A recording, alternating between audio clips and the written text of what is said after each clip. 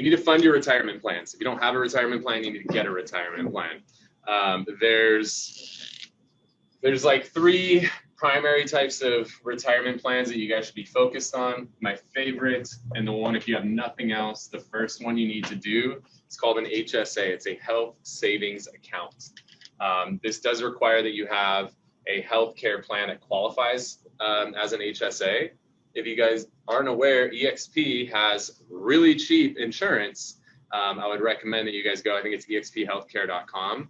I would check and see what their healthcare plans are, because you might be able to save you a good amount of money. So go on there, but make sure you get a plan that qualifies for an HSA. And I believe the limit right now, I think it's $3,500 a year. Here's the beauty of it. That $3,500 will go into that account tax-free. So therefore it reduces your taxable income by $3,500. And then the best part of this is that money can come out of that account tax-free, as long as it's used for healthcare expenses. So doctor appointments, medications, things along hospital or ambulance rides, all that fun stuff.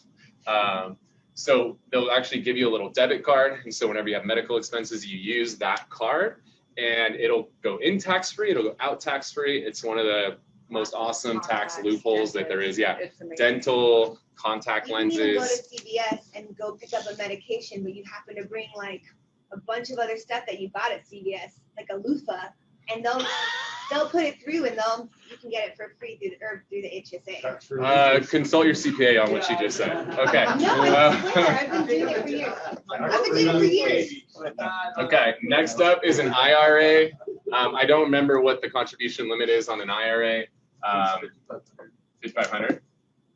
Okay, 5,500 on the IRA, and then you have a 401k, which I believe is $19,500.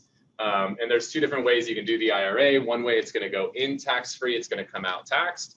The other way it's going to go taxed on the way in, it's going to come out tax-free. Pick your poison. Again, depending on what color we are, when you try to pull that money out, could make a big difference. You might so it's $6,000. It's $6,000 on the IRA, and it's $7,000 if you're 50 or older. Mr. Tom, Mr. Hall, a few others. Okay, 6,000. And same the 401k, it's a little higher if you're older, and HSA. These are all a little higher if you're older, because they want to help you save for the retirement, so you can get there a little bit quicker. So the IRA or the 401k, you could either have the money go in tax-free, or you could have the money come out tax-free. Your choice. We're in a very low tax environment right now. I don't know if we're going to be in a very low tax environment in 20 years or 30 years when a lot of us want to retire. So you pick your poison. We'll see what happens with this election. If we go red with the election, probably going to be a good idea to get taxed on the way in as opposed to on the way out. If we go blue and you're getting taxed at 95%, maybe you want to take it on the other end. Always best to pay the taxes up front. It depends. There's a lot of it depends. Yeah, there's it depends for sure.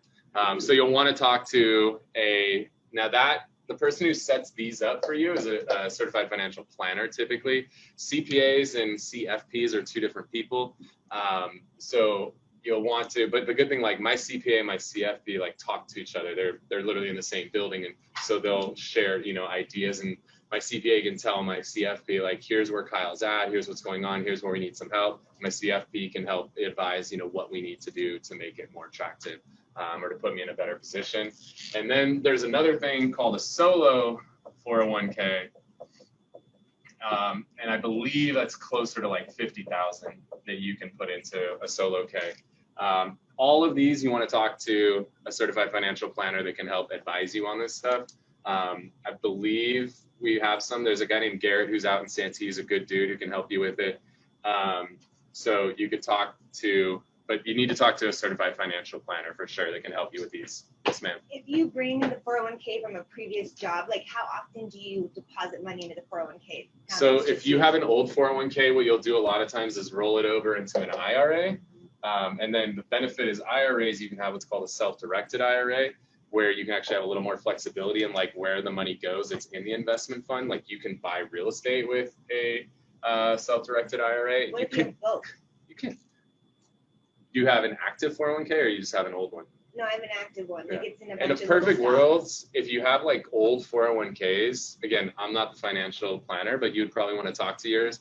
They would advise you, my guess would be they'd advise you to roll it all over into a self-directed IRA where you can have a little bit more control and pick and choose where you want to put that investment. Because on a traditional 401k, you're a little bit limited with what your options are. There's some weird workaround to buy real estate with a 401k, but it's tough and it's complicated. Self-directed IRAs, it's a lot easier to do.